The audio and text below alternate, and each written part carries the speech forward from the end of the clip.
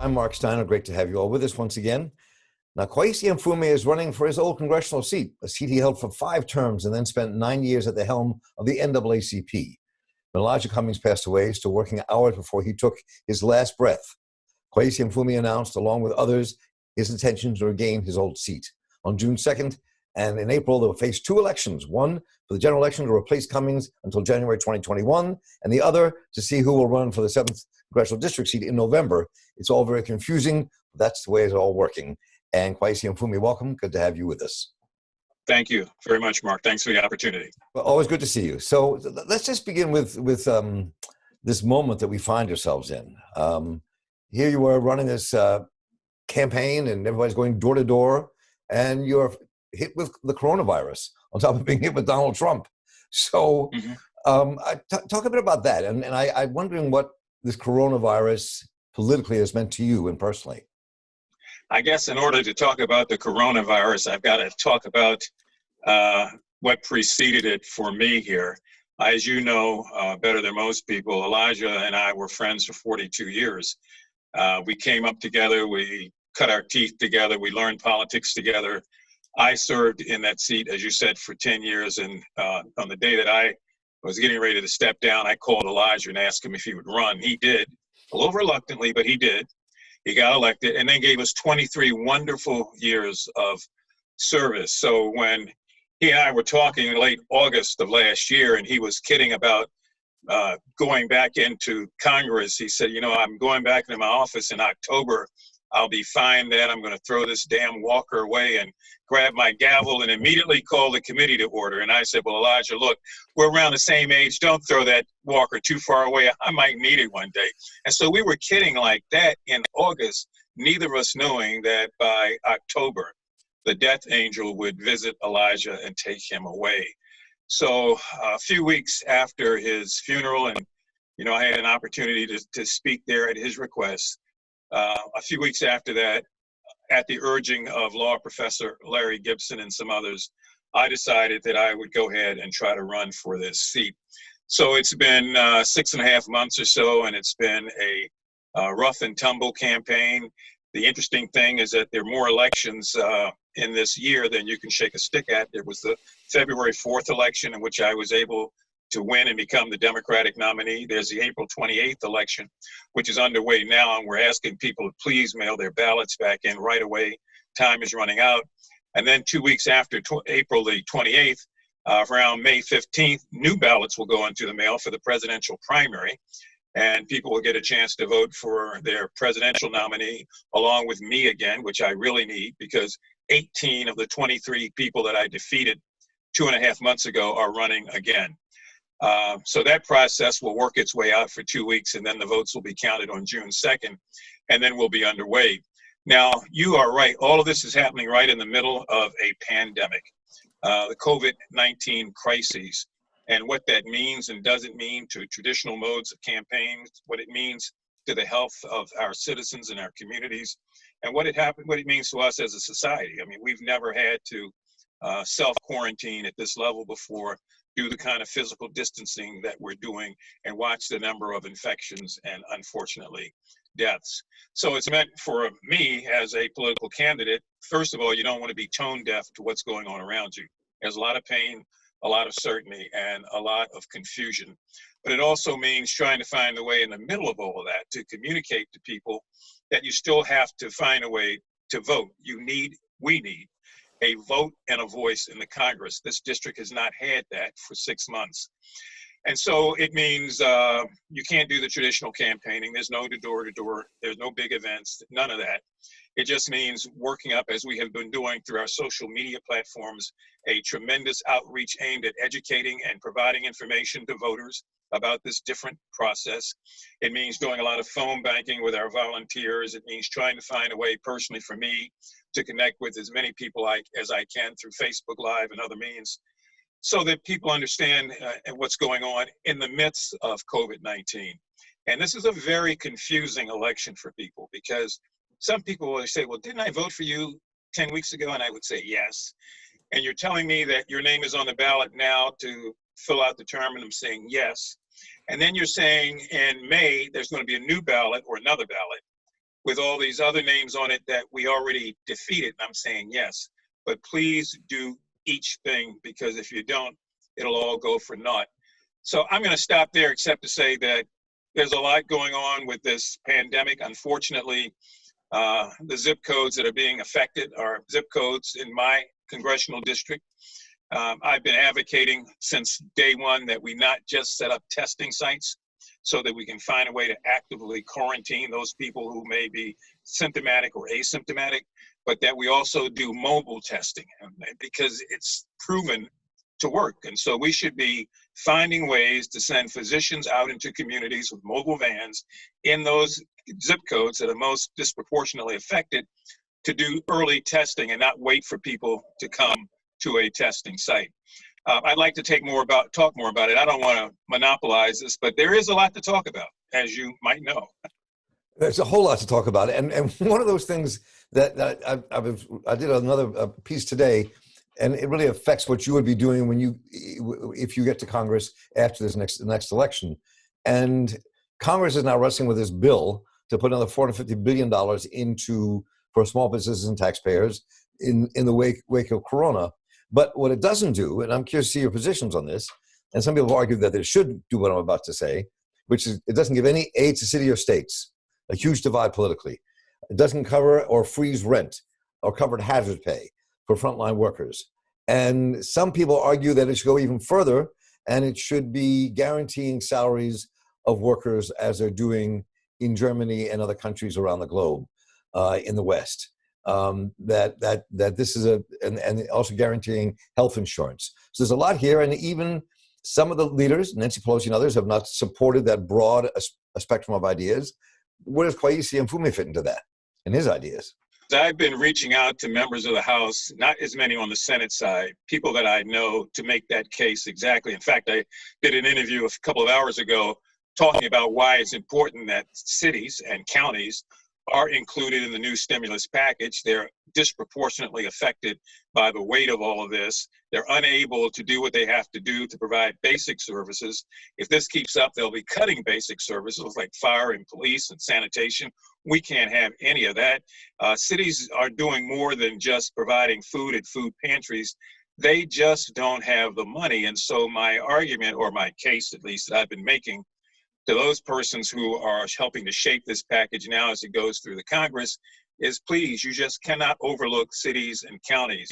And so for me personally, if it's Howard County, Baltimore City, or Baltimore County, that means a lot that they're included in this so that they have a way to continue to take care of their citizenry while we as a nation try to figure out how we get out of this situation we're in.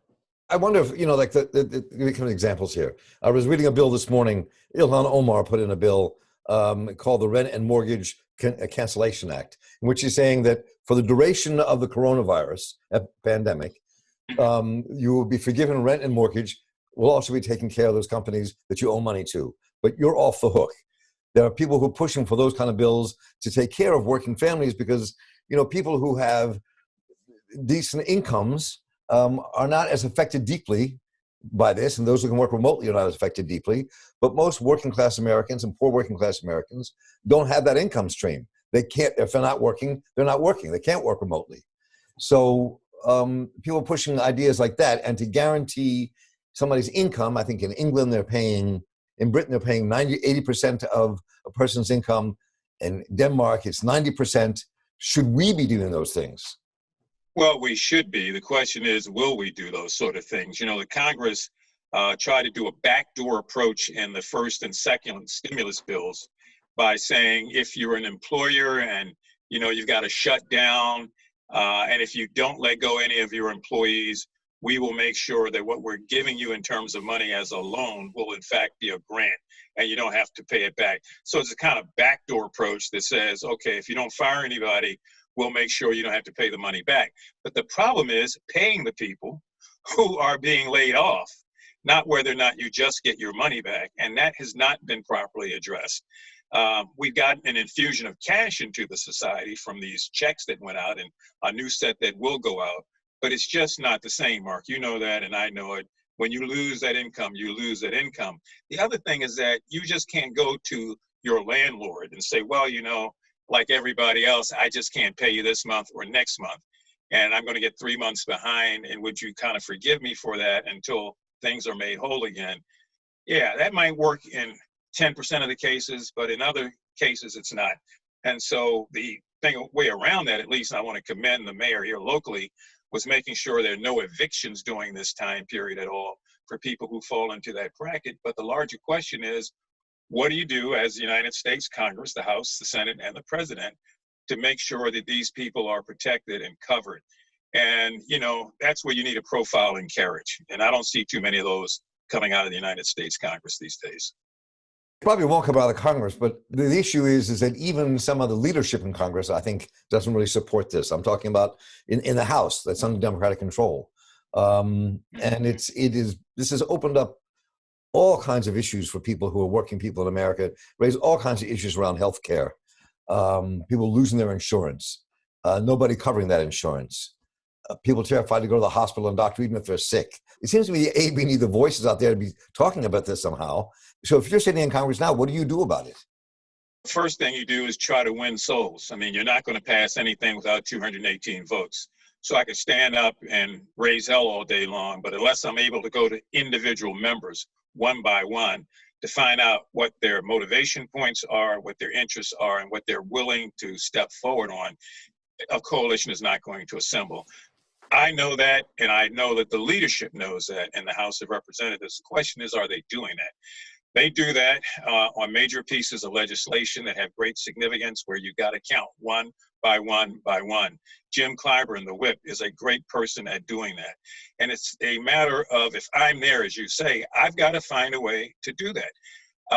I could certainly go to the floor and rail against it, but that's not going to motivate anybody other than my supporters. The way you put together enough votes to do that is to individually go around and to make sure that's done, that you trade, in other words, to get what you need to get that passed, because these people are being evicted in some states every day. Others are falling into food lines and standing and sitting for 6 hours just to get something to eat. Time is running out. And leadership, as I said before, this leadership in many instances that I see on both sides of the aisle does not exemplify necessarily a profile in courage. I don't always see the courage that it takes to do the things that ought to be done. So let's take a look at where we are right now. We're 5 years ago now. Freddie Gray died. And these next few weeks, people will be wrestling with the consequence of those 5 years and what's happened since. And you represent a district now. It really shows, if nothing else, the disparities that America has to offer. I mean, you represent anything from Freddie Gray's neighborhood to black middle-class communities in Randallstown and Baltimore City to the wealthiest white suburbs of Baltimore and northern Baltimore County. And nothing could be more glaring than to see people living, to see homes in Sparks and see what's happening at Gilmore Homes. So many people look at these last 5 years and go, nothing much has changed for the folks in Gilmore Homes. Nothing much has changed for people, for the Freddie Grays who are still with us. For the pandemic, they suffered in lead paint poisoning, lack of health care. So, you have a government that could care less at this moment about the Freddie Grays and their mothers and fathers and brothers and sisters. So reflect on it for us for a moment about where we are, why we're still in the same place down there, and what changes that. Let me take you back beyond Freddie Gray, which was 5 years ago this month. I grew up in Gilmore Homes. I was there when the 1968 riots broke out. I said to MSNBC when I was on with Chris Hayes and they were looking back at this 5-year period, that you have to look beyond that. If you go back to 1968, I asked myself when the Freddie Gray riots broke out, what has changed? And very little has changed in that amount of time, and very little has changed in the 5 years since then. And so much of it has to do with the sort of society that we live in that is affected only by politics and money. And because we don't, as persons and individuals who are living in these communities, don't always have the money to bring about the change that we want, we have to look at finding a way to affect the politics. And, that happens periodically, but it doesn't happen enough. And elections have consequences. I've said that over and over and over again since the first day that I voted. Look at our presidency. I mean, that's a consequence of not participating in the same sort of numbers that we did and we ended up with Donald Trump. We have got to find a way, I think, to convince the everyday average person that political change is important, because they don't believe it anymore. It's a matter of, I can't believe what you say because I see what you do. And what they've seen over and over and over again are promises that something is going to be done, and people get into office and don't do anything. And it's at every level of our government. So if we don't have faith in that we can change things, then we won't. And if we don't change things, they won't change on their own. And so for me, when I walk through the neighborhood, as I did just a week ago, down on Baker Street, and look at what's going on there, I can say then, and as I could have said from 1968 up to then, very little has changed. And you know, I don't blame people for saying, nah, politics is not for me. It's, you know, they're all corrupt, they're all this, they're all that. But if we're going to do that, then we've effectively handed over the keys to our future, to our families, and the keys to our own existence to a group of people who are smarter, who says, yes, let me just handle it and I'll take care of it. And they take care of it, but basically for themselves. So Mark, it is a very tough question. The odds are overwhelmingly against these communities. And I just believe that talking about it is the first step, but finding a way to organize systematically, block by block, issue by issue, is the only way that we're going to change this around, because there's no incentive for the people who are in power to do something. I learned long ago that people who do not vote have no line of credit with the people who are elected, and therefore they pose no threat to those who work daily against their interests. We've got to be a little smarter than that in our communities. Not to belabor this too much, because we have a couple of things to talk about before we end, but I was down in Gilmore Homes just before this whole thing broke, and we had to self-isolate. And just walking around, talking to folks there, and talking to friends of mine who grew up there, like as you did. And then you look at places like Baltimore that have these tips and government money going into businesses, but none of it affects the working class, the poor working class sections of the Black community in the city. And in these communities. Bad leadership. It's been bad leadership. We've had people in office at all levels that were not good leaders. And they got in, and they were not the watchdogs they should have been. They got in, they lost the spine that they got in with, and so they flip-flop on issues, or they have the power to change things pretty much uninterrupted, and they don't do it. They don't do it. I read in one piece just recently that you described yourself as a progressive moderate.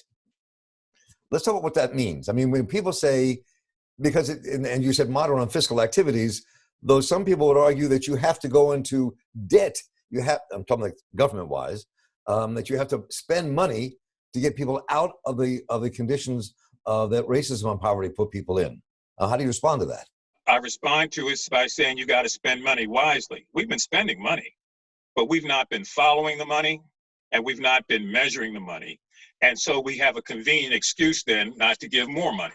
I mean, it's a vicious cycle. And I know people who serve who get caught up into that, and they say, well, you know, we gave some money, this or that.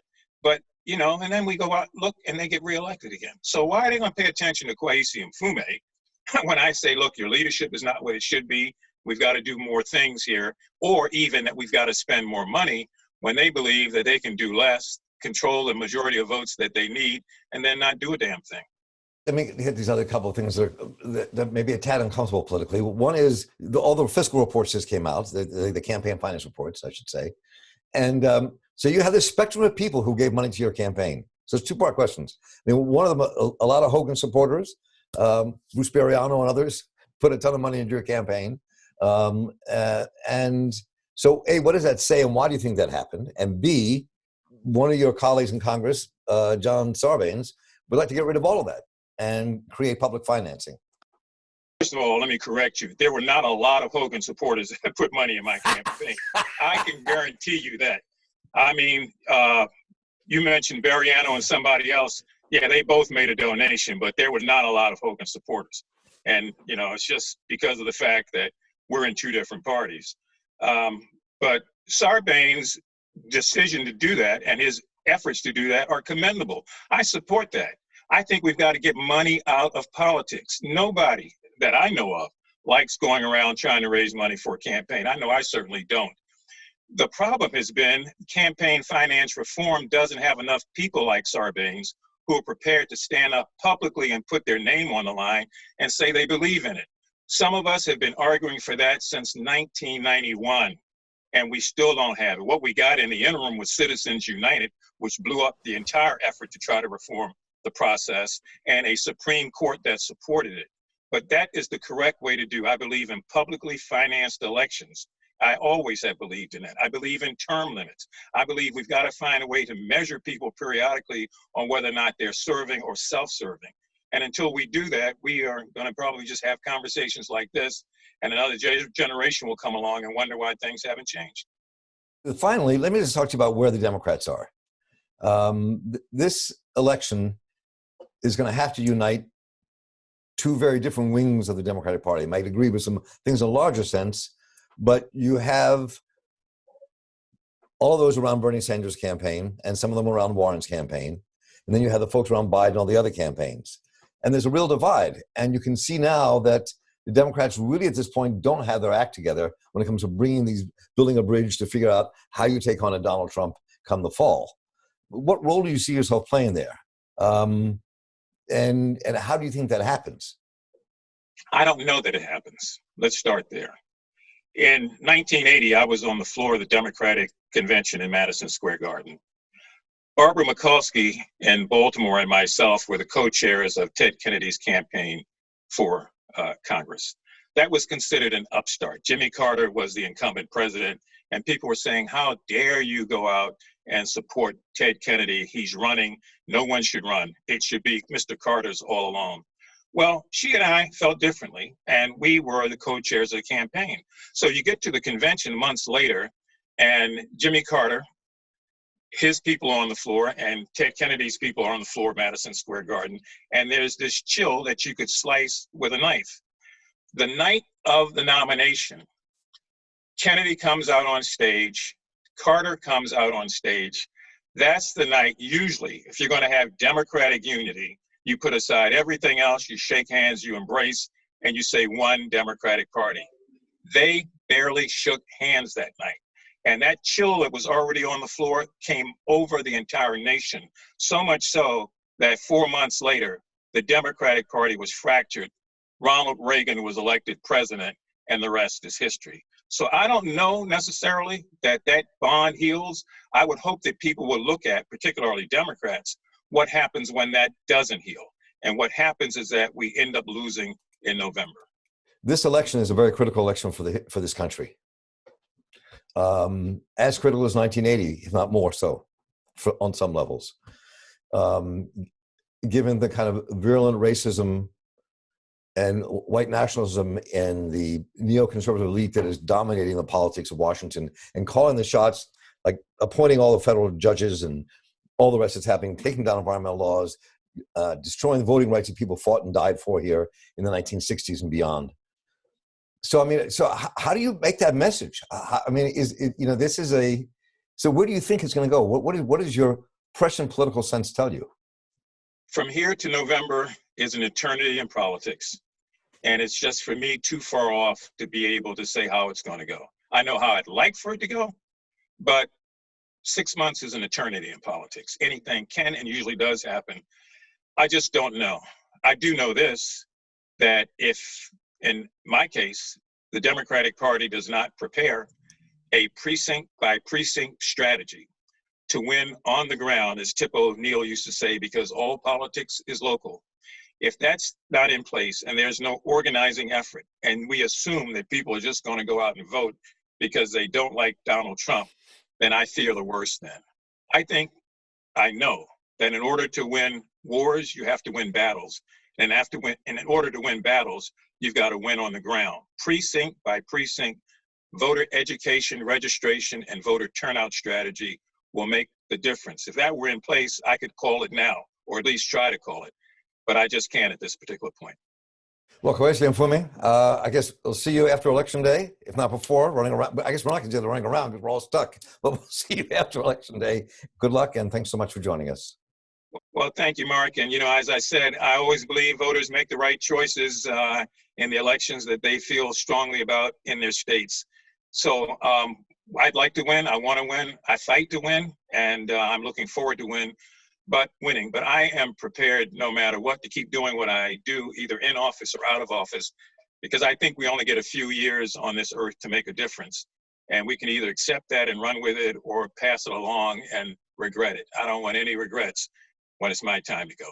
Kweisi Mfume is running to take Elijah Cummings' 7th District congressional seat.